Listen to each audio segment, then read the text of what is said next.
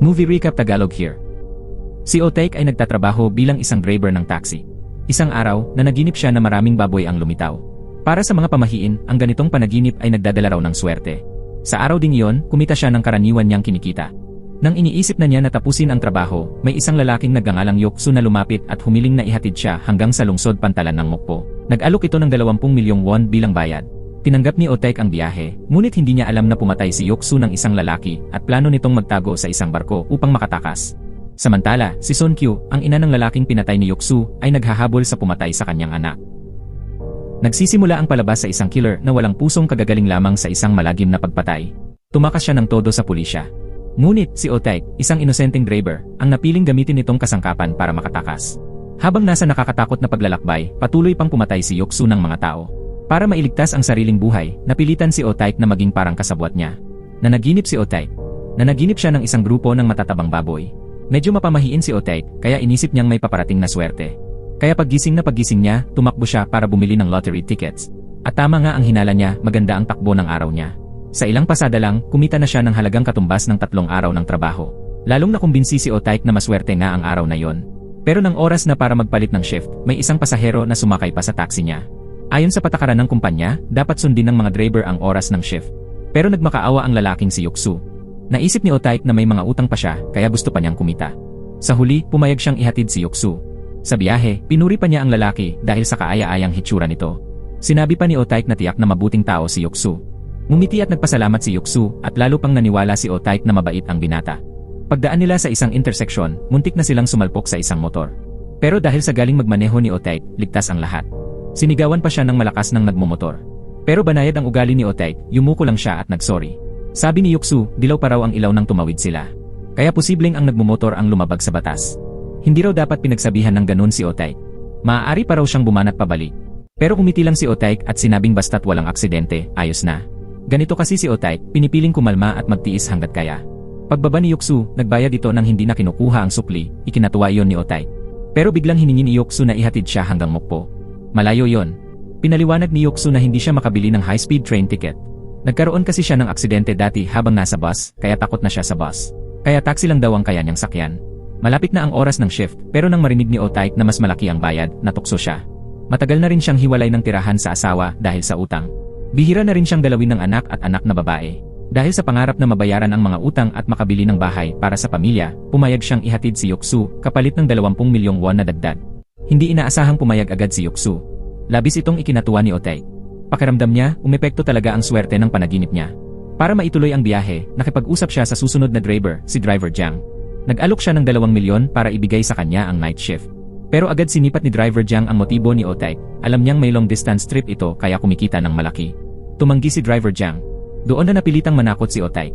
Alam niya na may problema sa pag-iisip si Driver Jiang at adik sa sugal. Kung malaman ng kumpanya, siguradong mawawala ang lisensya nito. Kaya napilitan si Driver Jiang na pumayag. Dahil doon, nakuha ni Otaik ang pagkakataong kumita. Nang dumating siya sa lugar ng usapan, naroon na si Yoksu. Mabait na inalalayan pa ni Otaik ang mga bagahe nito. Mabigat ang mga bagahe. Sabi ni Yoksu, mahalagang personal na gamit daw yon. Pagpasok sa sasakyan, pinapunta niya ang GPS sa Mokpo. Sabi ni Yoksu, kailangan niyang sumakay ng barko. Akala ni Otaik nagbibiro lang siya.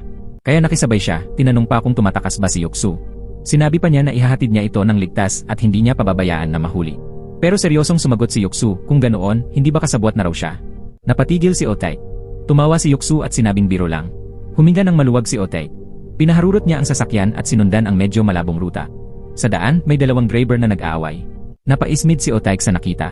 Pakiramdam ni Otaik ay lahat ay maaaring pag-usapan. Dahil doon, kung sakaling mag-away sila, sa huli ay siya rin ang talo.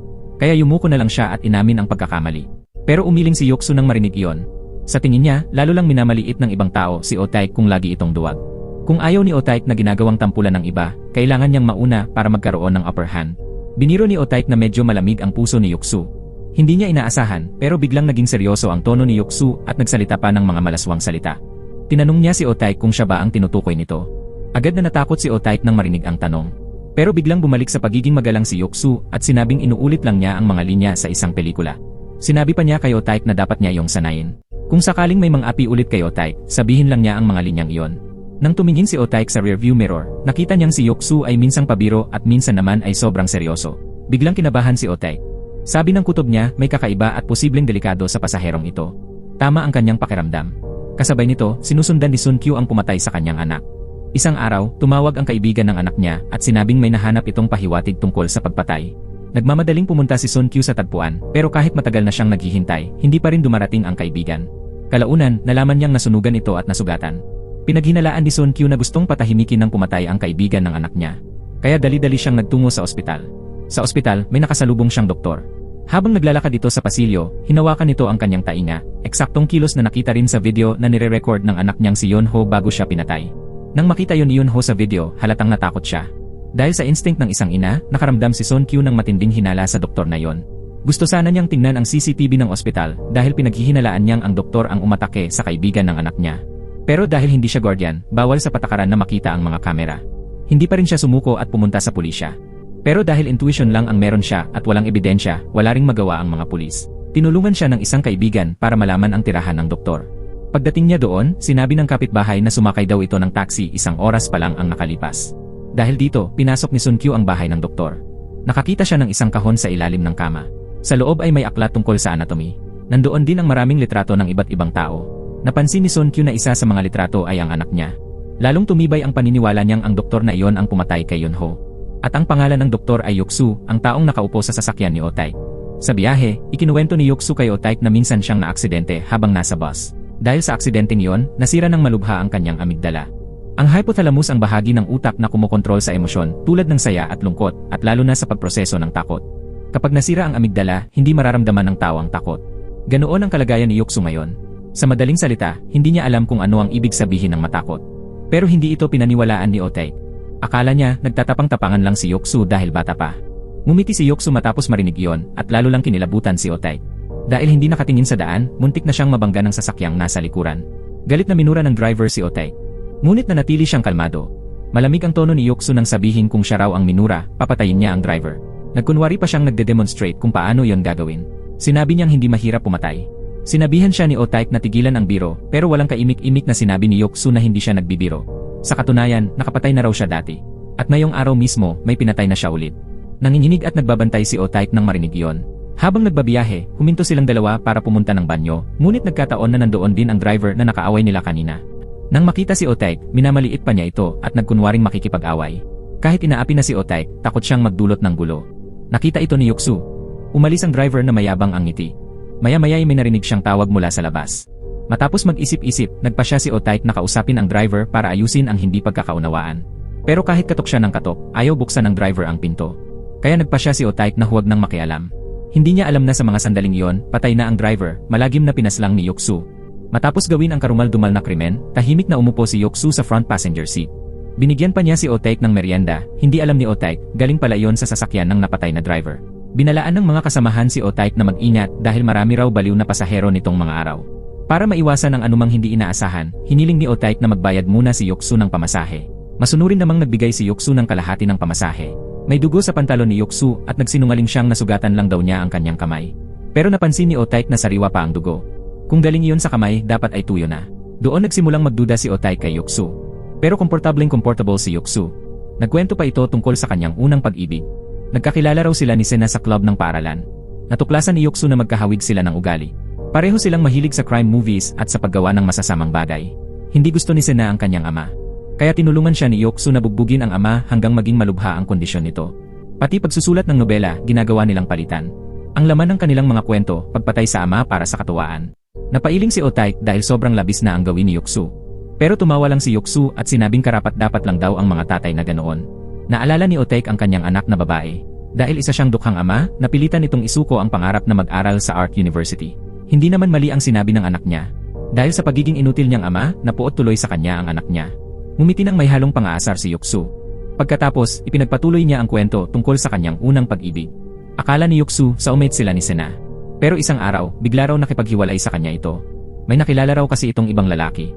Hindi matanggap ni Yoksu kaya hinanap niya ang lalaki para makipagsuntukan. Pero athlete pala ito sa sports department. Kaya walang laban si Yoksu.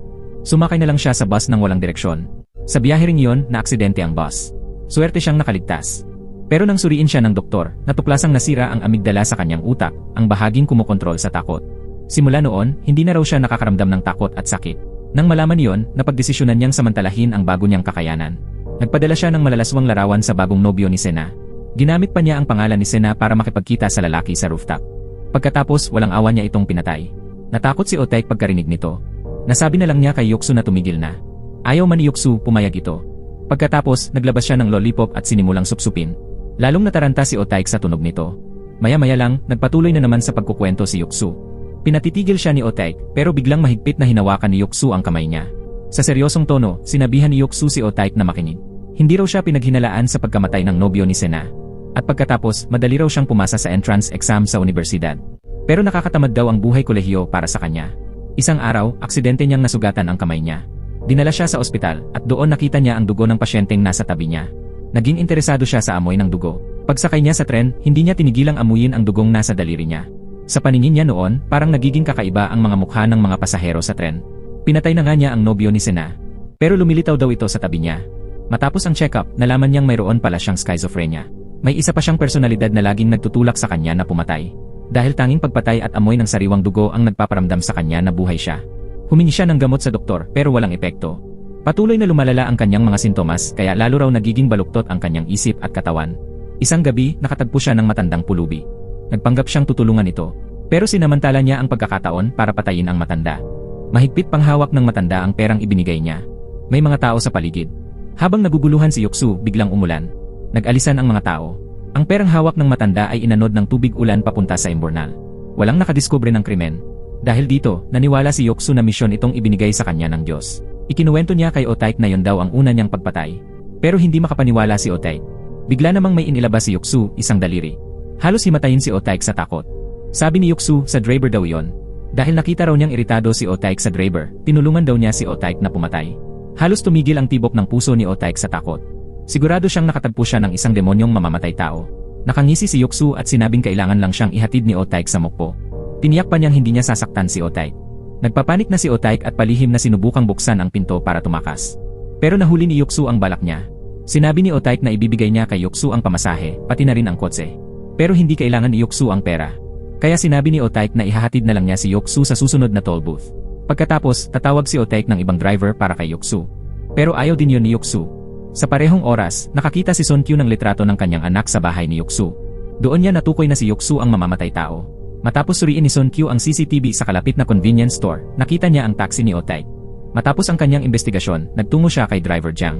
Gusto sana niyang makuha ang contact information ni Otaik. Ngunit, kakasabi lamang ni Otaik kay Yuksu na hindi siya tatawag ng pulis.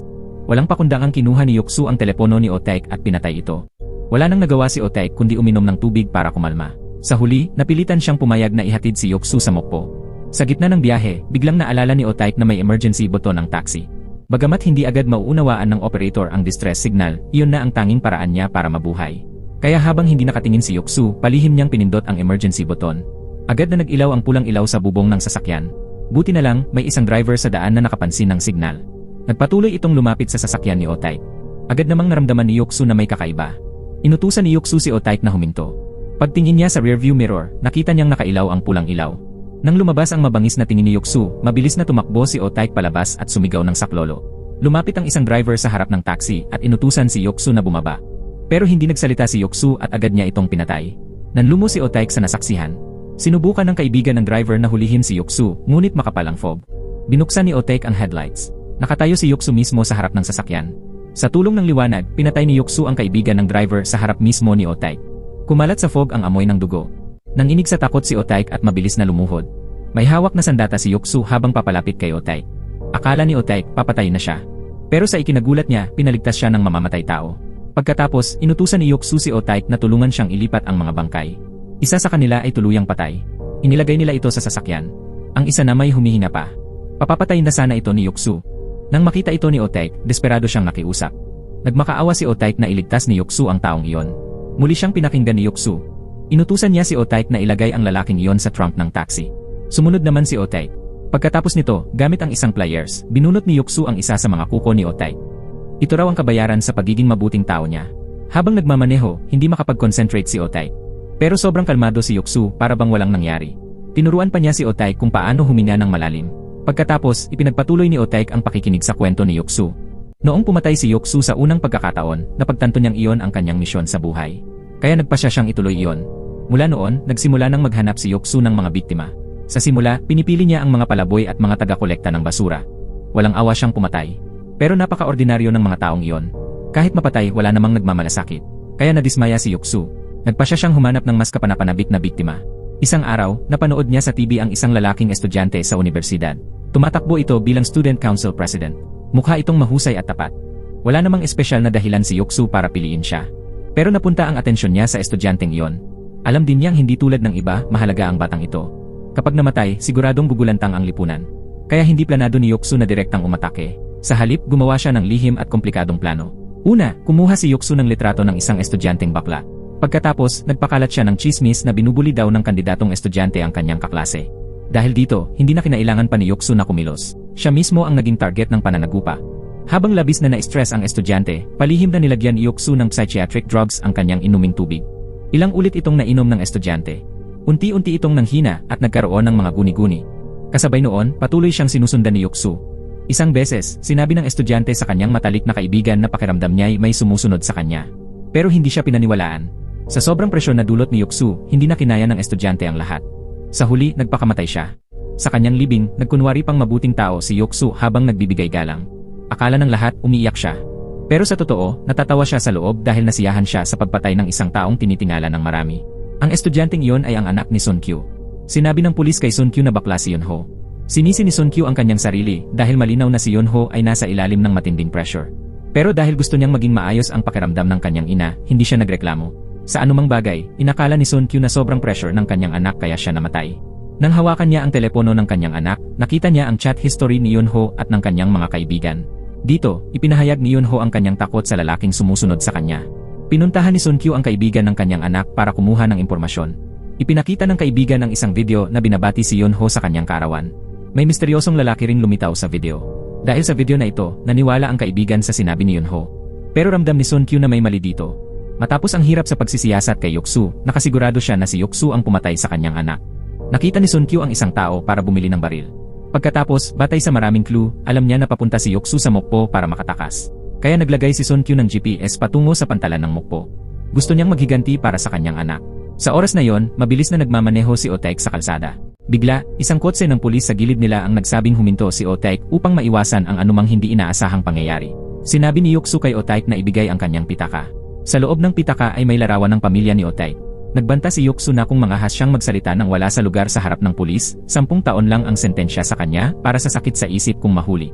10 taon kapag nakalaya si Yoksu, papatayin niya ang pamilya ni Otaek. Para maprotektahan ang kanyang pamilya, hindi sinabi ni Otaek ang totoo sa pulis. Ang dahilan kung bakit pinahinto ng pulis si Otaek ay dahil erratic ang kanyang pagmamaneho. Nag-alinlangan ang mga dumadaan na lasing si Otaek habang nagmamaneho kaya nag-report sila. Matapos sukatin ng pulis ang antas ng alak ni Otaek, napansin ng pulis ang kanyang mga daliri. Muli, nagsinungaling si Otaek. Sinabi ng pulis kay Otaek na higpitan ang takip ng bagahe. Nang dalhin ni Otaek ang biktima sa bagahe, sinadya niyang may puwang. Sinabi rin ni Otaek sa biktima na samantalahin ang pagkakataon. Bumagal si Otaek para makatakas. Ngunit, hindi makalikas ng maayos ang kabilang tao. Sa oras na yon, si Yoksu na nagpapanggap na natutulog ay tahimik ding hinugot ang kutsilyo. Pinilit ng pulis si Otaek na buksan ang bagahe. Nanginig si Otaek at hindi alam ang gagawin. Sa kritikal na sandali, nakatanggap ang pulis ng ulat ng pagpatay kaya mabilis silang umalis.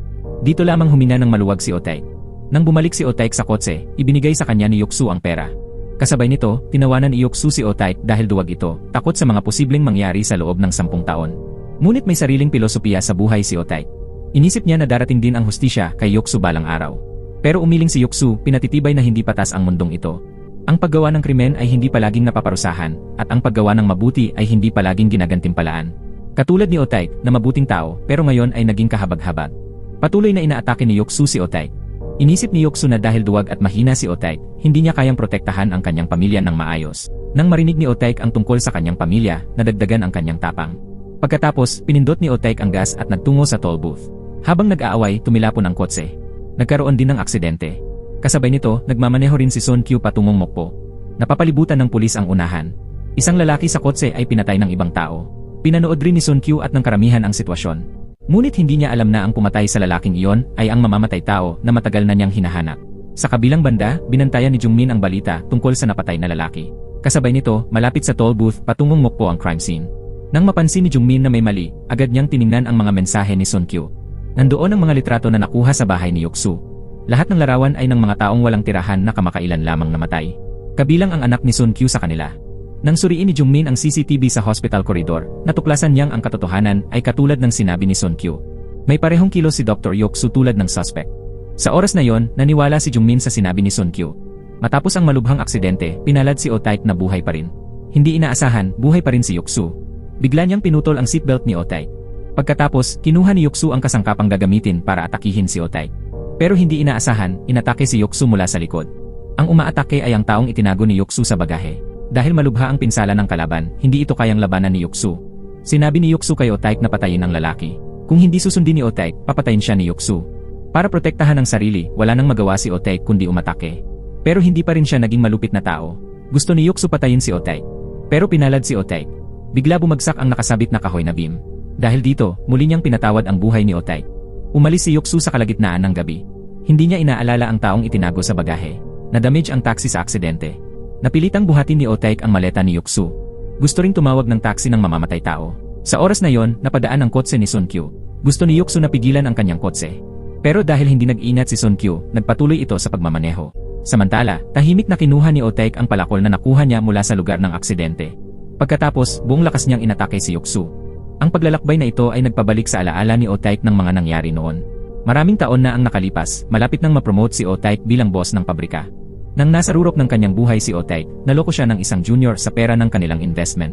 Dahil dito, hindi lamang niya nawala ang kanyang pera kundi na-frame pa siya ng junior at napilitang makulong. Pagkalabas ni Oh-taek sa kulungan, ang junior niya ay hindi lamang kumuha ng kanyang mga shares sa pabrika, kundi kumuha rin ng isang mahusay na abogado upang kumbinsihin siya. Gusto ng junior na umamin si Oh-taek sa pangungurakot sa pondo ng pabrika. Kapalit nito, makikipagkasundo ang junior kay Oh-taek at hahanap siya ng paraan upang ayusin ang utang na iyon para kay Oh-taek. Dahil mabait at hindi marunong lumaban si Oh-taek, sa huli ay pumayag siya sa kasunduang iyon. Labis na nagalit ang asawa ni Oh-taek nang malaman ito. Sinisi niya ang kanyang asawa sa pagiging sobrang tapat. Mula noon, kailangang mamuhay ng buong pamilya sa kahirapan dahil sa kabaitan ni Oh-taek. Naalala rin ni Oh-taek ang sinabi ng abogado na ang mundo ay para sa mga lobo, hindi sa mga tupa. Lalo siyang nakaramdam ng simpatya sa kasabihang iyon. Kaya sa sandaling iyon, si Oh-taek na palaging mahina at duwag, ay kinuha ang palakol at nagtungo kay Yoksu. Sa gitna ng pagtatalo, natumba si Yoksu. Sinamantala ni Oh-taek ang pagkakataon at nagtago sa isang abandonadong gusali, ngunit hindi magamit ang telepono roon. Hinarap din ni Yoksu ang lugar kung saan nagtatagong si Oh-taek. Sa isang kritikal na sitwasyon, nagtago si Oh-taek sa isang silid. Sa huli, nailigaw ni Oh-taek si Yoksu upang makalabas mula sa gusali. Sa madilim na gabi, matapos maglakbay ng malayo, sa wakas ay nakatago si Oh-taek sa paanan ng bundok. Mukhang hindi kayang lapitan ni Yoksu ang lugar na ito. Sa wakas, huminga ng maluwag si Oh-taek. Nang makita ni Oh-taek ang nasugatang talampakan ng kanyang paa, hindi na niya napigilan ang kanyang luha. Sa kabilang banda, sinusundan ni Sun Kyu ang kaso ng pagpatay sa kalsada nang marinig niya mula sa pulis na isang taxi mula Seoul ang tumakbo sa toll booth upang makatakas. Nang marinig iyon, napagtanto ni Sun Kyu na ang tinutukoy ng pulis ay ang kotse na kanyang hinahanap. Pumunta si Sun Kyu sa lugar ng aksidente ng kotse ni Oh-taek. Napansin niya na naiwan ang biktima. Humihina pa ang biktima. Agad na tumawag si Sun Kyu ng ambulansya, at bago dumating ang ambulansya, nanatili siya sa tabi ng biktima upang alagaan ito. Kahit na estranghero ang biktima at hindi kilala si Sun Kyu, nauunawaan niya ang kahalagahan ng pagtulong sa kapwa sa oras ng pangangailangan. Pinahirapan din ang biktima ng mamamatay tao. Habang nasugatan, ikinuwento ni Sun Kyu sa biktima ang sitwasyon ng kanyang anak. Pumayag siya sa biktima na tiyak niyang mahuhuli ang malupit na mamamatay tao. Ngunit hindi na nagtagal, hindi na kinaya ng biktima. Walang magawa si Sun Kyu kundi umiyak ng walang magawa.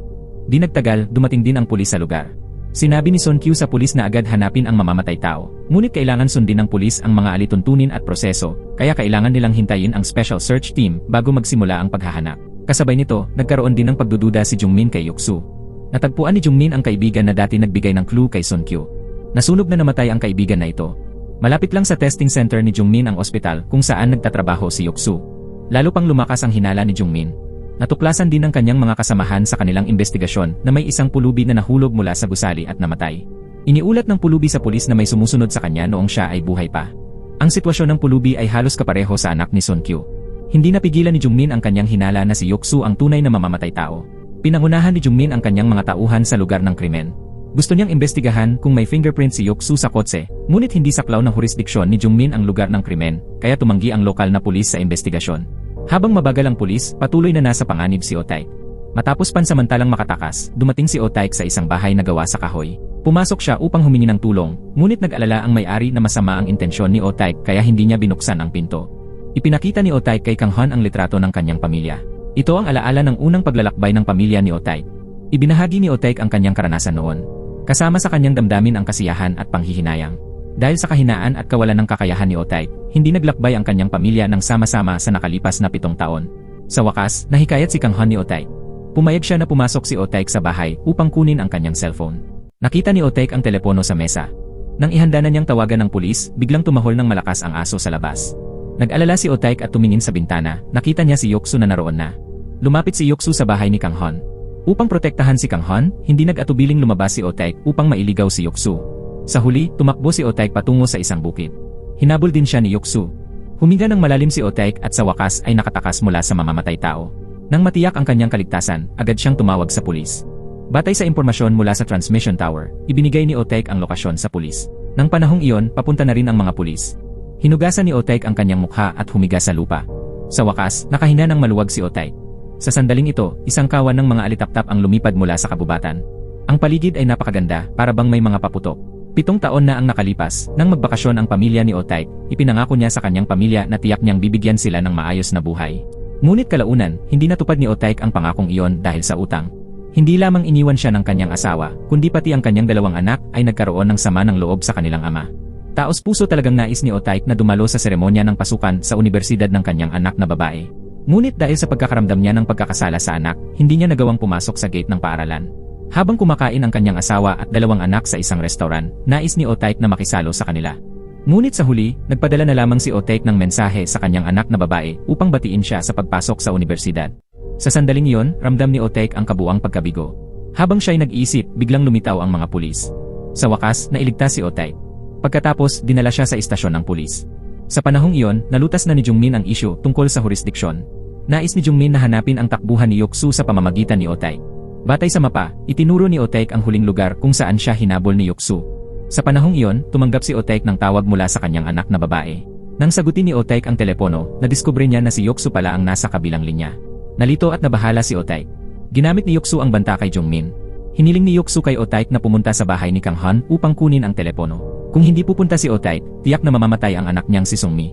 Para sa kaligtasan ng kanyang anak, wala nang ibang pagpipilian si Otaik kundi magsinungaling sa pulisya. Binigyan ni Otaik ang mga pulis ng peking lokasyon kung saan hahanapin si Yoksu. Natunto ni Sun Kyu ang daan patungo sa istasyon ng pulis. Sinabi niya kay Otaik na siya ang ina ng pinaslang na estudyanteng lalaki. Nais ni Sun Kyu na marinig ang katotohanan mula kay Otaik. Kitang-kita sa kanya ang labis na pagdadalamhati. Bagaman patuloy pa rin ang investigasyon ng pulisya, gumawa si Otaik ng dahilan at dali-daling umalis. Nais ni Otaik na makita si Yoksu upang iligtas ang kanyang anak. Napagtanto ni Sun Kyu na binabantaan si Otaik, kaya pinayuhan niya itong huwag maniwala kay Yoksu. Dapat sana ay ipinaliwanag ni Otaik agad ang sitwasyon sa pulisya, ngunit hindi siya sumang-ayon. Hindi may pahamak ni Otaik ang kanyang anak. Nag-aalala rin si Sun Kyu. Hindi niya maaaring hayaang mapunta si Otaik sa kamay ni Yoksu. Dahil dito, hindi rin niya magagampanan ang paghihiganti para sa kanyang anak dahil pareho nilang iniisip ang kapakanan ng kanilang mga anak. Nagkaroon sila ng tunggalian. Matapos mag-isip, iminungkahi ni Sun Kyu na sumama siya kay Otaik upang harapin si Yoksu. Pumayag si Otaik. Ngunit habang nasa biyahe ang dalawa, ginamit ni Otaik ang dahilan ng pagiging naligaw upang makalabas sa sasakyan ni Sun Kyu. Kailangan niyang alisin siya upang maprotektahan ang kanyang anak. Tinulungan na siya ni Yoksu noon. Ang anak ni Kang Han ay isang pulis. Pag-uwi niya, nadiskubre niyang pinaslang ang kanyang ina. Nakipaglaban siya kay Yoksu na nagtago sa bahay. Habang nag-aaway, nahulog sa gilid ang baril ng anak ni Kang Han. Dumating din si Otaik sa sandaling iyon. Ginamit muli ni Yoksu si Sungmi upang banta kay Otaik. Hiniling ni Yoksu kay Otaik na ibigay ang baril. Para sa kanyang anak, kinailangan ni Otaik na itulak ang baril sa gilid. Dahil sa ginawa ni Otaik, hindi nakakuha ang anak ni Kang Han ng baril. Sa huli, brutal na pinaslang siya ni Yoksu. Nang makita ni Otaik ang isang inosenteng tao na namatay dahil sa kanya, labis siyang nakaramdam ng pagkakasala. Sinakal ni Otaik si Yoksu at tinanong tungkol sa kinaroroonan ng kanyang anak. Matapang na isinisiwalat ni Yoksu ang katotohanan. Lumalabas na bago pa man sumakay si Yoksu sa sasakyan ni Otaik, na italian na niya si Sungmi. Balak pala ni Yoksu na patayin si Sungmi ngayong umaga. Ngunit sinabi ni Sungmi na handa ang kanyang ama na isugal ang buhay para sa kanya. Dahil sa pahayag na ito, naging mausisa si Yoksu tungkol kay Otaik. Nagpusta pa si Yoksu kay Sungmi na kung talagang isusugal ni Otaik ang kanyang buhay para sa anak, ibubunyag ni Yoksu sa pulis ang lokasyon ng pagkidnap bago siya sumakay sa barkong magtatakas. Magkahalong tuwa at lungkot ang naramdaman ni Otaik sa tiwala ng kanyang anak. Sinabi niya kay Yoksu na patay na siya. Isang ama si Otaik, kaya handa siyang gawin ang lahat para sa kanyang anak. Ngunit napakatuso ni Yoksu. Maliit na lamang ang natitirang oras bago umalis ang barko. Bago umalis ang barko, nais ni Yoksu na dalhin siya ni Otaik sa pantalan. Kapag ligtas na sumakay si Yoksu sa barko, saka lamang niya isisiwalat ang kinaroroonan ni Sungmi. Wala nang ibang pagpipilian si Otaik kundi sumunod. Nagsasagawa ng paghahanap ang pulisya sa malapit. Upang maiwasang matuklasan ng pulisya, nagbihis si Otaik bilang anak ni Kang Han at nagmaneho ng sasakyan ng pulis. Sa sandaling iyon, dumating muli si Sun Kyu at nakita si Yoksu sa sasakyan ng pulis. Ngunit nakalayo na si Otaik. Habang nasa daan, tinanong ni Otaik kung bakit tinarget ni Yoksu ang kanyang anak na babae. Tumawa na lamang si Yoksu. Pagkatapos ay isinisiwalat ang mas malupit na katotohanan. Lumabas na magkaklase sina Sungmi at anak ni Sun Kyu. Nakilala ni Yoksu si Sungmi sa kanyang libing. Noon, labis ang pagluha ni Sungmi. Pinatahan din ni Sungmi si Yoksu na nagpapanggap na umiiyak. Ngunit para kay Yoksu, ang kabaitan ni Sungmi ay isang kapalaran lamang. Upang ipakita ang kapalarang iyon, sinadyang lumapit si Yoksu kay Sungmi. Nakipag-date pa si Yoksu kay Sungmi. Sa panahong iyon, hindi alam ni Sungmi ang tunay na katauhan ni Yoksu. Hindi komportable si Yoksu dahil matagal na siyang hindi pumatay ng tao. Upang mapunan ang tahimik na panahong iyon, nagpasya si Yoksu na pumatay ng maraming tao ng sabay-sabay. Tinarget ni Yoksu ang isang testing center at nagpasiklab siya ng sunog doon. Sa oras na iyon, natuklasan ito ng kaibigan ni Yunho. Nang gusto niyang pigilan siya, pinatay siya ni Yoksu at pinagkunwari ang sunog ang nangyari. Matapos ng insidenteng iyon, natuklasan ni Yoksu na hinawakan ni Sungmi ang kanyang anatomy book. Sa loob ng libro, itinago ni Yoksu ang mga larawan ng mga taong napatay niya. Dito lamang napagtanto ni Yoksu na natuklasan ni Sungmi ang kanyang panganib. Humingi si Sungmi sa kaibigan ni Yunho na sundan si Yoksu. Ito rin ang dahilan kung bakit siya lumitaw sa examination center. Ang mas malupit pa, matapos ang sunog, buhay pa pala ang kaibigan ni Yunho. Ngunit nang dinala siya sa ospital, ang doktor na nangasiwa sa operasyon ay si Yoksu. Ginamit ni Yoksu ang operasyon bilang dahilan para patayin ang kaibigan ni Yunho. Pagkatapos, tinali ni Yoksu si Sungmi at sinadyang hintayin ang taxi ni Otaik. Lahat ng ito ay bahagi ng plano ni Yoksu. Nang matapos niyang ikwento ang lahat, sinabi niya kay Otaik na ibalik siya sa lugar ng pangyayari. Doon ay nahulog ang kanyang maleta. Nang ihahakot na ni Otaik ang maleta papasok sa kotse, biglang sumulpot si Jungmin sa likod niya. Base sa coordinates na ibinigay ni Otaik, hindi mahanap ng pulis si Yoksu. Pinamunuan ni Jungmin ang search party para palawakin ang lugar ng paghahanap. Mabilis na isinara ni Otaik ang trunk. Pagkatapos, ibinaba niya ang kanyang sombrero at lumiko sa gilid para makadaan. Akala ni Jungmin, isa lang si Otaik sa mga tauhan na naghahanap sa paligid, kaya hindi na niya ito pinansin. Buti na lang, ibinigay ni Sun Kyu kay Jungmin ang plaka ng pulis na kotse. Dito lamang napagtanto ni Jungmin ang kanyang pagkakamali. Para mahuli si Yoksu, mabilis siyang nag-set up ng roadblock at nagpadala ng kotse para habulin sila. Labis ang takot ni Otaik. Ngunit nanatiling kalmado si Yoksu. Kailangan ni Otaik na siya mismo ang maghanap ng paraan para iligtas ang kanyang anak. Ngunit ngayon, si Otaik mismo ang target ni Yoksu.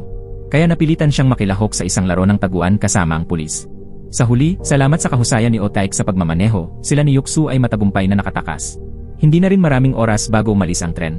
Binigyan ni Yoksu si Otaik ng 5 minuto para manakaw ng kotse. Napilitan silang lumipat sa isa pang kotse. Habang ninanakaw ang kotse, muli na namang tumunog ang telepono ni Otaik. Kinuha niya ito kay Sun Kyu. Ang mensahe ay mula kay Jungmin. Pinayuhan ni Jungmin si Otaik na makipagtulungan sa pulis para arestuhin si Yoksu. Nag-alinlangan si Otaik matapos basahin ang mensahe. Nang lumipas ang 5 minuto, inakala ni Yoksu na may balak gawin si Otaik. Ngunit sa pagkakataong iyon, pinatakbo ni Otaik pabalik ang ninakaw na kotse. Ngayon, personal na inilagay ni Yoksu ang maleta sa loob ng kotse.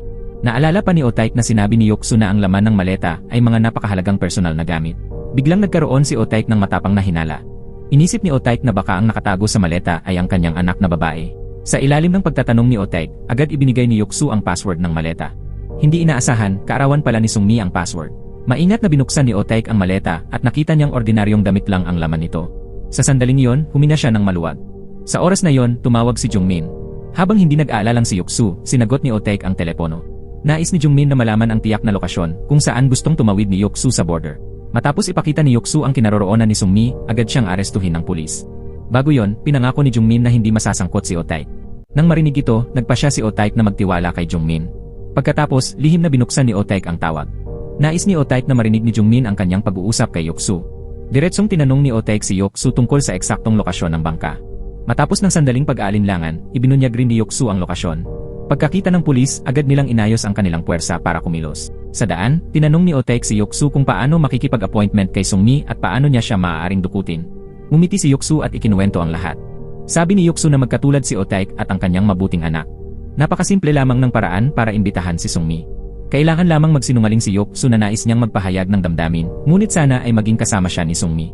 Gusto pang tanungin ni Otaik kung saan dinukot si Sungmi, ngunit sabik na si Yoksu. Gusto ni Yoksu na maglaro ng 20 tanong kay Otaik. Maaari lamang magtanong si Otaik ng 20 tanong at sasagutin ni Yoksu ng oo o hindi. Napilitan si Otaik na makipagtulungan kay Yoksu at lahat ng tanong ay tungkol sa kinaroroonan ni Sungmi. Mula sa kabilang linya, inayos ni Jungmin ang mga detalye. Pagkatapos, gumawa siya ng plano para sa paghahanap at pagliligtas kay Sungmi. Sa simula, maayos ang lahat, ngunit biglang tumanggap si Yoksu ng tawag. Ipinakita ng kausap sa kanya na may mga pulis sa paligid ng pantalan. Napagtanto ni Yoksu na may mali. Mabilis na kinuha ni Yoksu ang telepono ni Otaik na nasa tawag. Nang matuklasan ito, diretsong pinayuhan ni Jungmin si Yoksu na sumuko, ngunit hindi siya pinansin ni Yoksu at pinutol ang linya.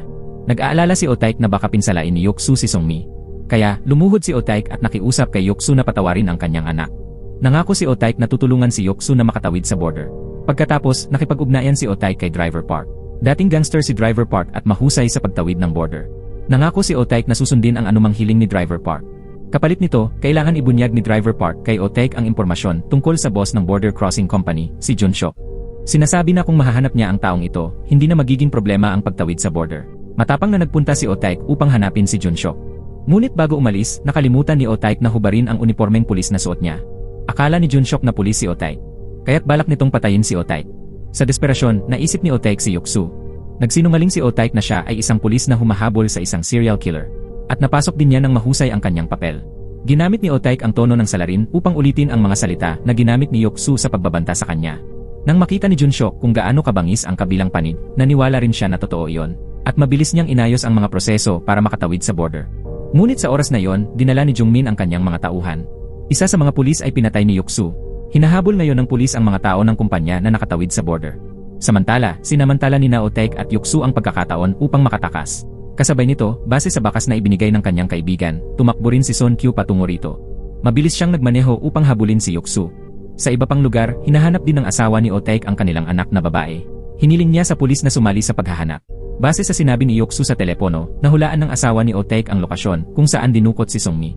Marahil, may kaugnayan ang lugar na yon sa ama ni Yoksu. Hindi alam ang kinaroroonan ng ama ni Yoksu. Kaya't pumunta ang pulis sa lola ni Yoksu. Umaasa siyang makikita niya ang ama ni Yoksu mula sa kanyang lola. Sa una, tumanggi ang lola ni Yoksu na makipagtulungan. Ngunit nang ipakiusap ng asawa ni Otaik na sabihin kung nasaan ang ama ni Yoksu, pumayag na siya. Ngunit nang dumating ang pulis at ang asawa ni Otaik, napag-alaman nilang wala roon si Sungmi. Sa oras na yon, dinala na ni Otaik si Yoksu sa pantalan. Nang makita ng iligal na barko ang senyales, agad itong nagmaneho papunta roon. Inisip ni Otaik na natapos na niya ang kanyang misyon. Kaya't hiniling niya kay Yoksu na sabihin kung nasaan si Sungmi. Ibinigay ni Yoksu ang address. Pagkatapos, ibinalik niya ang telepono ni Sungmi kay Otaik. Nang makita ni Otaik ang kanyang anak sa screen ng telepono, hindi niya napigilang umiyak. Ngunit may nais pang sabihin si Yoksu. Binigyan niya si Otaik ng isang pakete. Sa loob nito ay ang daliri ni Sungmi. Masakit na sinaway ni Otaik si Yoksu bilang baliw. Ngunit mumiti lamang si Yoksu na walang pakialam. Papunta na rin ang pulis.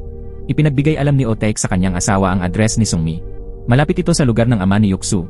Nang malapit nang tumawid sa border ang mga Chinese, nais kunin ni Yoksu ang maleta. Ngunit itinaas ni Otaik ang kanyang baril at tinutukan siya. Bago makita ni Otaik ang kanyang anak, hindi makakalayo si Yoksu. Sumunod si Yoksu at lumuhod sa harap ni Otaik. Naiinip na naghihintay si Otaik ng balita mula kay Sungmi sa kabilang linya. Hindi inaasahan, bahagyang umiti si Yoksu at ipinaalam na dahil nasa Seoul na silang dalawa, nakasakay na si Sungmi sa parehong taxi. Sa oras na yon, nakaramdam si Otaik ng masamang pakiramdam. Umiti si Yoksu at binuksan ang maleta. Pagkatapos, itinapon ni Yoksu kay Otaik ang isang plastic na bag. Maingat na binuksan ni Otaik ang maleta. Sa oras na yon, agad na umiyak si Otaik sa matinding sakit. Nang makita ni Yoksu ang hinanakit ni Otaik, tila natuwa siya. Bago nakasakay si Yoksu sa taxi ni Otaik, brutal niyang pinatay si Sungmi. Nang maalala ni Otaik ang itsura ng kanyang anak, galit niyang itinaas ang baril upang barilin si Yoksu. Ngunit agad itong inalis ng bala ni Yoksu. Nainip si Yoksu kaya sinamantala ang pagkakataon. Nang sumugod si Otaik, kinuha ni Yoksu ang kutsilyo upang patayin si Otaik at itinapon siya sa dagat. Nang makita ni Yoksu ang mga Chinese na tumatawid sa border, nasiyahan siya at naghanda upang kunin ang maleta. Ngunit sa oras na yon, dumating si Son Kyu.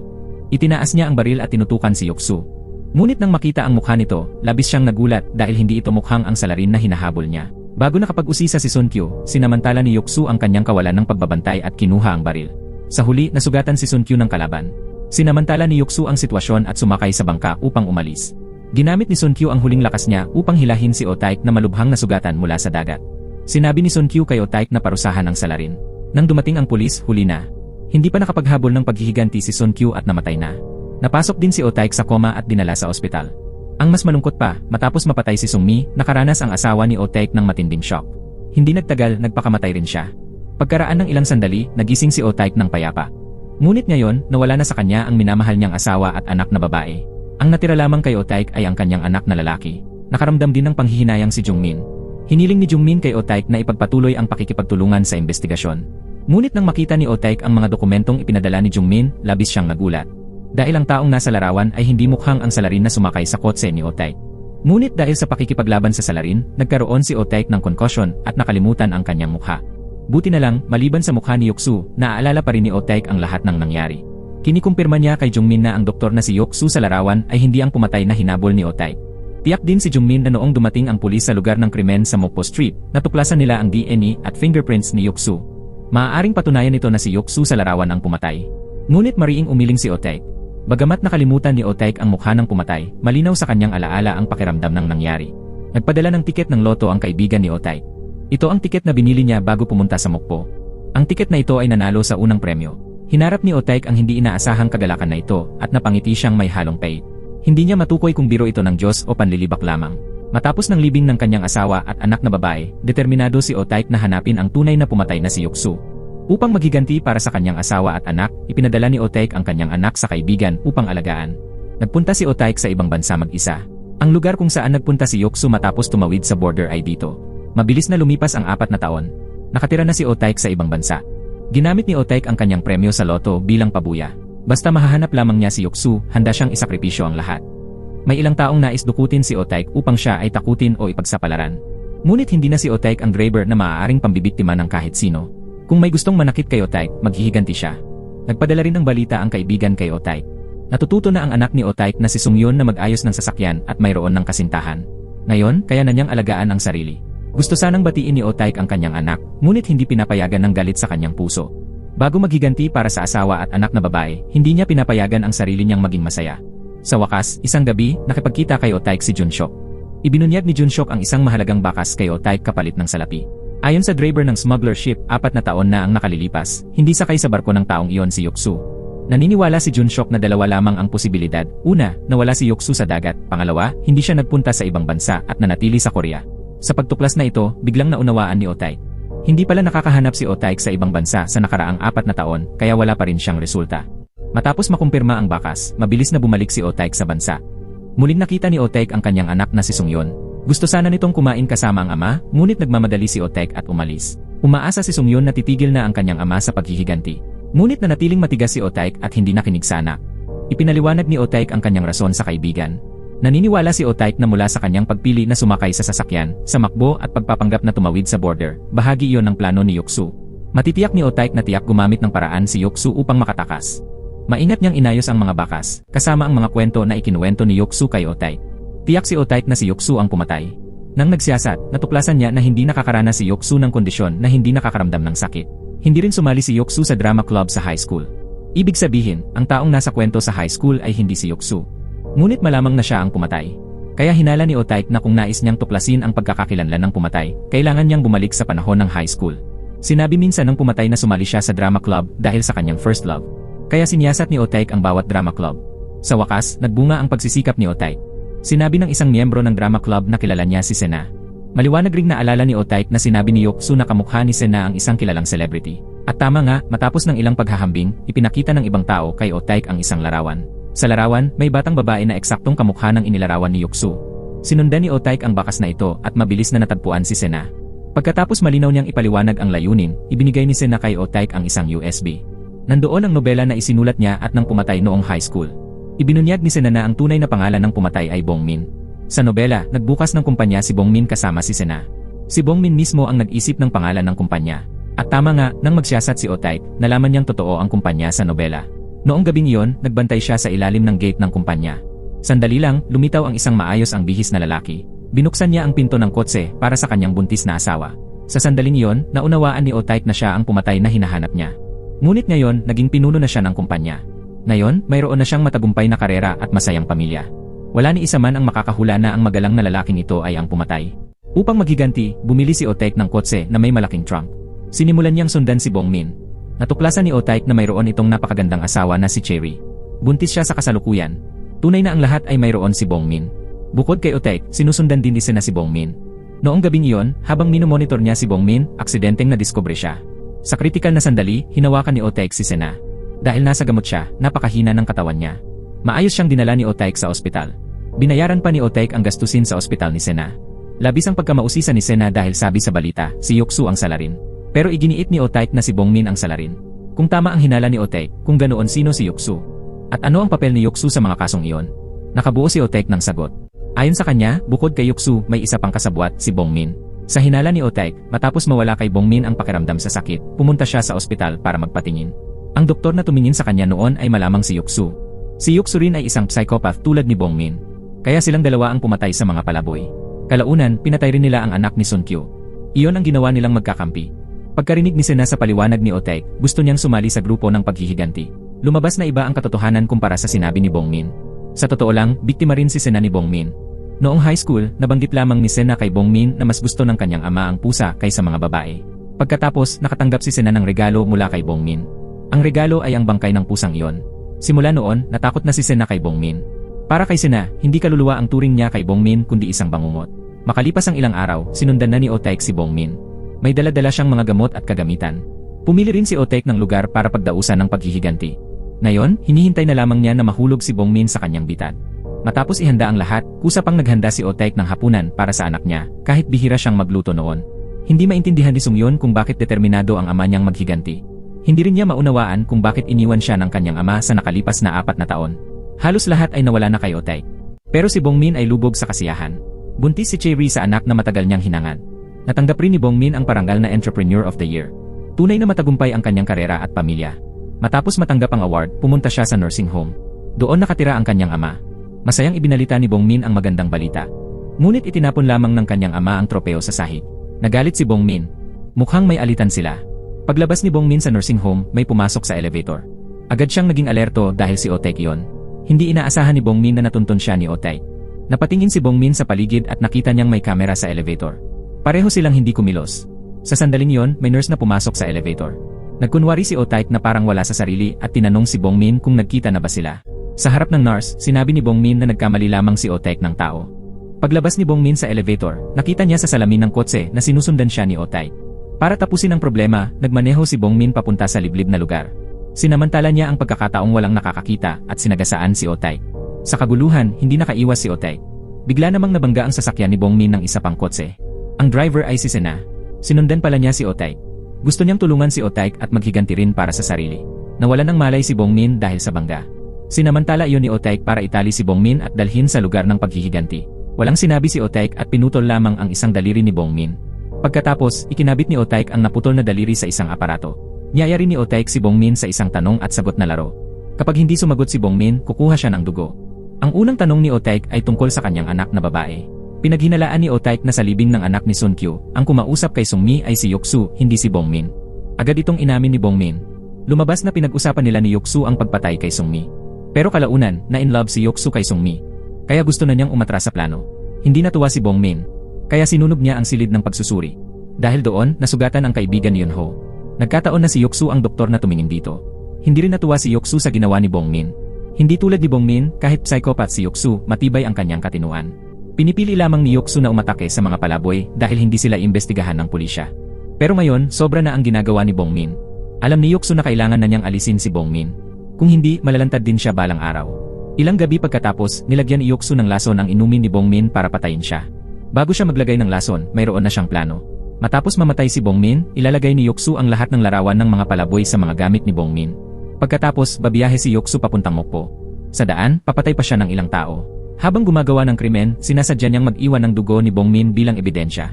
Pagdating sa Mokpo, magpapaw pa siya ng bangka para tumawid sa border. Gusto niyang isipin ng pulisya na ang mamamatay taong si Bongmin ay tumatakas palabas ng bansa. Sa ganoong paraan, mananatiling sikreto ang lahat kay Yoksu. Nang marinig ni Otaik ang sinabi ni Bongmin, agad niyang tinanong kung pinatay ba ni Bongmin si Yoksu. Nang maramdaman ni Bongmin na parabang humina ang kanyang dugo, napilitan siyang aminin na siya ang pumatay kay Yoksu. Nang gabing iyon, pinalitan ni Bongmin ang 2 bote ng tubig, ngunit hindi alam ni Yoksu at nainom niya ang bote na may lason. Maayos naman si Bongmin. Upang alisin ang lahat ng hinala, ginamit ni Bongmin ang pagkakakilanlan ni Yoksu upang ibunyag ang plano. Naglagay si Bongmin ng larawan ng isang taong walang tirahan sa bahay ni Yoksu. Pinatay din ni Bongmin ang kaibigan ni Yunho sa kama ng ospital. Pagkatapos, sumakay si Bongmin sa taxi ni Otaik patungong Mokpo. Habang pumatay si Bongmin, iniwan niya ang dugo ni Yoksu. Gustong ilagay ni Bongmin ang lahat ng sisi kay Yoksu. Iyon ang katotohanan. Bigla namang huminto si Otaik sa pagkuha ng dugo nang marinig ito. Na-record ni Otaik ang buong eksena ng pag-amin ni Bongmin sa pagpatay. Gusto ni Otaik na ipadala ang video sa pamilya ni Bongmin upang maranasan nila ang parehong sakit na naramdaman ni Otaik. Bago iyon, kinuha ni Otaik ang isang salamin at tinulungan ang kanyang sarili. Gusto ni Otaik na masaksihan ni Bongmin ang sarili niyang pagpatay. Nang malapit na siyang gawin ito, sinabi ni Bongmin na may regalo siya para kay Otaik. Duda-dudang kinuha ni Otaik ang regalong nasa bulsa ni Bongmin. Pagtingin, isang ultrasound na larawan ang laman nito. Larawan iyon ng hindi pa ipinapanganak na apo ni Otaik. Nagulat si Otaik nang makita ito. Tumawa si Bongmin at tinanong si Otaik kung ayaw niyang makita ang kapanganakan ng kanyang apo. Napansin ni Otaik na naka-off ang telepono ng kasintahan ni Sungyon. Tinanong ni Otaik kung may ginawa ba si Bongmin sa kanya. Ngayon, panahon na ni Bongmin na magtakda ng kondisyon. Hiniling ni Bongmin kay Otaik na burahin ang video kung saan inamin niya ang pagpatay sa isang tao.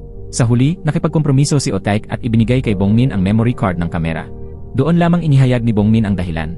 Lumalabas na ng sundan ni Sena si Bongmin noong gabing iyon, alam ni Bongmin na siya ay sinusundan. Upang maiwasan ang anumang masama, pumunta si Bongmin sa auto repair shop ng kaibigan ni Otaik. Doon, narinig ni Bongmin ang balita na naging ama na si Sungyon. Nang gabing iyon, dinukot ni Bongmin ang kasintahan ni Sungyon. Ipinahayag ni Bongmin na buhay pa siya at nais niyang makipagkasundo kay Otaik. Gusto ni Bongmin na gamitin ang kasintahan ni Sungyon bilang kapalit ni Sena. Para kay Bongmin, si Sena ay isang traidor kaya gusto niyang pagbayarin ito. Nagalit si Otaik at sinakal si Bongmin sa lupa. Tinanong ni Otaik kung saan itinago ni Bongmin ang kasintahan ni Sungyon. Ngunit walang takot na sinabi ni Bongmin na kung papatayin siya ni Otaik, hindi niya maililigtas ang kasintahan ni Sungyon. Ang mga salita ni Bongmin ay nagdulot ng desperasyon kay Otaik. Dati, nang nagsinungaling si Bongmin kay Otaik na hindi papatay si Sungmi, ganoon din ang sinabi niya. Tiyak si Otaik na napatay ni Bongmin ang kasintahan ni Sungyon. Dahil sa desperasyon, itinulak ni Otaik si Bongmin sa balon. Hindi inaasahan, dumating ang pulis sa sandaling iyon. Si Sungyon ang tumawag sa pulis. Nang gabing iyon, nang matapos magluto si Otaik, nakaramdam si Sungyon ng kakaiba. Nang suriin ni Sungyon ang search history sa computer ni Otaik, natuklasan niya ang mga keyword na may kaugnayan sa pagpatay. Dahil ayaw ni Sungyon na ipagpatuloy ng kanyang ama ang paggawa ng masama, kinausap niya si Jungmin tungkol dito. Kinuha ni Jungmin ang posisyon ni Otaik at tinawagan ang kasintahan ni Sungyon upang hanapin siya. Una, iniligtas ni Jungmin si Bongmin na nalunod sa balon. Sinamantala rin ni Otaik ang pagkakataong iyon upang makatakas. Hanggat hindi patay si Bongmin, magpapatuloy ang plano ng paghihiganti ni Otaik. Dinala si Bongmin sa ospital. Hindi siya nag-aalala para sa sarili. Nag-aalala lamang siya para sa bata sa sinapupunan ng kanyang asawa. Sinabi ni Bongmin sa kanyang asawa na bumalik muna sa bahay ng kanyang ina upang pansamantalang manatili. Nalaman ni Jungmin na si Otaik ay naging tagapangalaga para sa isang babae. Binanggit ng pulis ang babaeng ito kay Bongmin. Nang marinig ni Bongmin ito, agad niyang naisip si Sena. Kaagad siyang nagpadala ng tao upang magsiyasat. Pagkatapos, habang hindi nakatingin ang nurse, hinalo ni Bongmin ang gamot sa hiringgilya. Nang imbestigahan ni Jungmin ang mga bakas na iniwan ni Otaik, nakita niya ang kinatawan ng kumpanya ni Bongmin sa larawan. Mukha siyang mukhang salarin na sumusunod sa anak ni Sun Kyu. Sa puntong ito, nagsimulang magtiwala si Jungmin kay Otaik. Marahil si Bongmin ang totoong salarin. Kalaunan, pumunta si Jungmin upang makita si Sena. Hinala ni Jungmin na ang taong inirehistro ni Otaik bilang tagapangalaga ay si Sena. Gusto ni Jungmin na ibunyag niya ang susunod na hakbang ni Otaik. Ngunit sinabi lamang ni Sena na si Bongmin ang salarin at hindi niya ibubunyag ang anumang tungkol kay Otaik. Samantala, nakita ni Sungyun na nawawala ang kanyang kasintahan at nagsimulang mag-alala. Dahil dati, bigla ring nawala at pinatay si Sungmi. Nakipag-ugnayan si Sungyun kay Jungmin at ipinahayag ang kanyang hinala na may kinalaman ang pagkawala sa paghihiganti ng kanyang ama sa salarin. Nang makuha ni Jungmin ang bakas, agad siyang pumunta sa ospital upang makita si Bongmin. Nalaman ni Jungmin na may peklat si Bongmin sa kamay at may ugali rin siyang hawakan ang kanyang mga tainga. Sa puntong ito, tiyak na ni Jungmin na si Bongmin ang salaring hinahabol niya. Tinanong ni Jungmin kung nasaan ang kasintahan ni Sungyun. Ngunit naabala siya ng ina ni Bongmin. Isa siyang mambabatas, kaya ginamit niya ang batas upang utusan si Jungmin na lisanin ang silid ospital. Kinailangan ni Jungmin na umalis ng may inis. Iniutos niya sa kanyang mga tauhan na magsagawa ng masusing investigasyon kay Bongmin. Sinuri ng pulis ang mga security camera at natuklasan na malapit sa lugar kung saan dinukot ni Otaik si Bongmin may isang babaeng dumaan gamit ang kotse. Naniniwala si Jungmin na ang babaeng iyon ay si Sena. Napaniwala si Sena at sinabi ang totoo. Hindi niya alam kung nasaan si Otaik. Ngunit matapos makatakas ni Otaik, tinawagan niya si Sena. Sinabi ni Otaik na ipaparanas niya kay Bongmin ang parehong pagdurusa na dinanas niya. Sa panahong ito, nalaman ng ina ni Bongmin ang lahat ng ginawa ng kanyang anak noong high school. Hinulaan din niya na ang kanyang anak ang gumawa ng sunod-sunod na mga pagpatay na ito. Inutusan ng ina ni Bongmin ang kanyang anak na linisin ang lahat. Nakarinig ng lahat ng mga salitang ito si Cherry. Nagduda siya sa kanyang asawa. Kaya't bumalik siya sa bahay upang maghanap ng mga bakas. Nakita ni Cherry noon na tila may itinatago si Bongmin sa kanyang safe. Ang mas ikinagulat niya ay ang password ng safe ay ang kaarawan ni Yuksu. Sa loob ng safe ay mga larawan ng maraming palaboy. Mga taong pinatay ni Yuksu at Bongmin. Hinulaan ni Jungmin ang nakatagong kahulugan ng pariralang, mata sa mata. Dinukot at pinatay ni Bongmin ang kasintahan ni Sungyun. At ngayon, siya ay nagdadalang tao. Isang tao lang ang pinatay ni Bongmin ngunit 2 buhay ang nasira. At ngayon, ang asawa rin ni Bongmin ay nagdadalang tao. Kaya hinulaan ni Jungmin na dudukutin at papatayin ni Otaek si Cherry. At tama ang hula ni Jungmin. Dinala ni Otaek ang lahat ng droga at karayom. Ninakaw ni Otaek ang isang taxi upang maisakatuparan ang kanyang plano. Pagkatapos, pumasok si Otaek sa villa ni Bongmin. Pinakalma ni Otaek ang gwardiya roon gamit ang droga. Pagkatapos, dahan-dahang naglakad si Otaek patungo kay Cherry. Kasabay nito, natagpuan ni Bongmin ang contact information ni Sena. Kaagad na umalis si Bongmin sa ospital at nagtungo sa bahay ni Sena. Pagkatapos, pinasok niya ito sa koma. Matapos matagumpay na dukutin ni Bongmin si Sena, pinlano niyang sunugin ang lahat. Ngunit sa oras na yon, nakatanggap si Bongmin ng text message na may kasamang larawan ni Cherry na nakatali. Maliwanag na naisakatuparan na ni Otaek ang kanyang plano. Tinawagan ni Otaek si Bongmin at inanunsyo na papatayin niya si Cherry. Labis na natakot si Bongmin kaya kinailangan niyang aminin ang katotohanan na hindi pa napatay ang kasintahan ni Sungyeon. Nais ni Bongmin na ipagpalit siya para sa kanyang asawa. Natutunan din ni Otaek kung paano makipagnegosasyon. Binigyan niya si Bongmin ng 1 oras. Sa panahong iyon, kailangan dalhin ni Bongmin ang kasintahan ni Sungyeon doon. Kung hindi maaawa si Otaek kay Cherry. Wala nang ibang magagawa si Bongmin kundi sumunod. Pinlano ni Bongmin na gisingin ang kasintahan ni Sungyeon. Sila ni Sena ay nakatali sa isang abandonadong pabrika. Biglang sumugod si Sena at nag-spray ng mist kay Bongmin. Pagkatapos, hinila niya ang kasintahan ni Sungyeon palayo. Lumabas na noong may kausap si Bongmin sa telepono, natagpuan na ni Sena ang kasintahan ni Sungyeon. Kaya nagpasya si Sena na isama siya upang makatakas. Upang makalaban at makatakas kay Bongmin, hindi nag-atubiling gumawa ng apoy si Sena. Natrap si Bongmin sa malaking apoy. Ginamit ni Sena ang pagkakataon upang makatakas kasama ang kasintahan ni Sungyeon. Ngunit sa daan, nagtangkang tumakbo ang dalawa. Nahabol rin sila ni Bongmin. Habang naghahabulan ng tatlo, nadulas at nahulog mula sa bangin sina Sena at kasintahan ni Sungyeon. Lumipas ang 1 oras. Ngunit hindi pa rin bumalik ang kasintahan ni Sungyeon sa auto repair shop. Inakala ni Otaek na pinatay na ang kasintahan ng kanyang anak. Kaya humingi ng tawad si Otaek sa ama ng ibang tao sa pamamagitan ng telepono. Lubos din ang sakit ng ama at umiyak. Matapos mawala ni Otaek ang kanyang asawa at anak na babae, ang kanyang anak na lalaki lamang ang natitirang sandigan upang magpatuloy sa buhay. Hindi madaling nakahanap si Sungyeon ng kasintahan na kayang pasayahin siya. Ngunit kinuha rin ni Bongmin ang tanging kaligayahan na yon. Determinado si Otaek na maging malupit. Kumuha si Otaek ng piraso ng tela upang takpan ang kotse. Pagkatapos, itinulak niya ang kotse kasama si Cherry pababa ng lawa. Nais ni Otaek na mawala kay Bongmin ang pinakamamahal niya. Napagtanto ni Bongmin na maaaring nasaktan ang kanyang asawa, kaya desperadong itinapon ang mga bagay sa paligid ng pabrika. Sa oras na yon, dumating na rin si Otaek. Si Bongmin ang huling target ng paghihiganti ni Otaek. Agad pagkatapos, nagsimula ang labanan ng 2 lalaking nawalan ng mahal sa buhay. Nangibabaw si Bongmin. Ipinasa niya ang huling mga salita ng anak na babae ni Otaek bago siya namatay. Nilait ni Bongmin ang walang kakayahang ama na si Otaek. Hindi inaasahan ni Bongmin na kayang patulin ng galit ang ibang tao.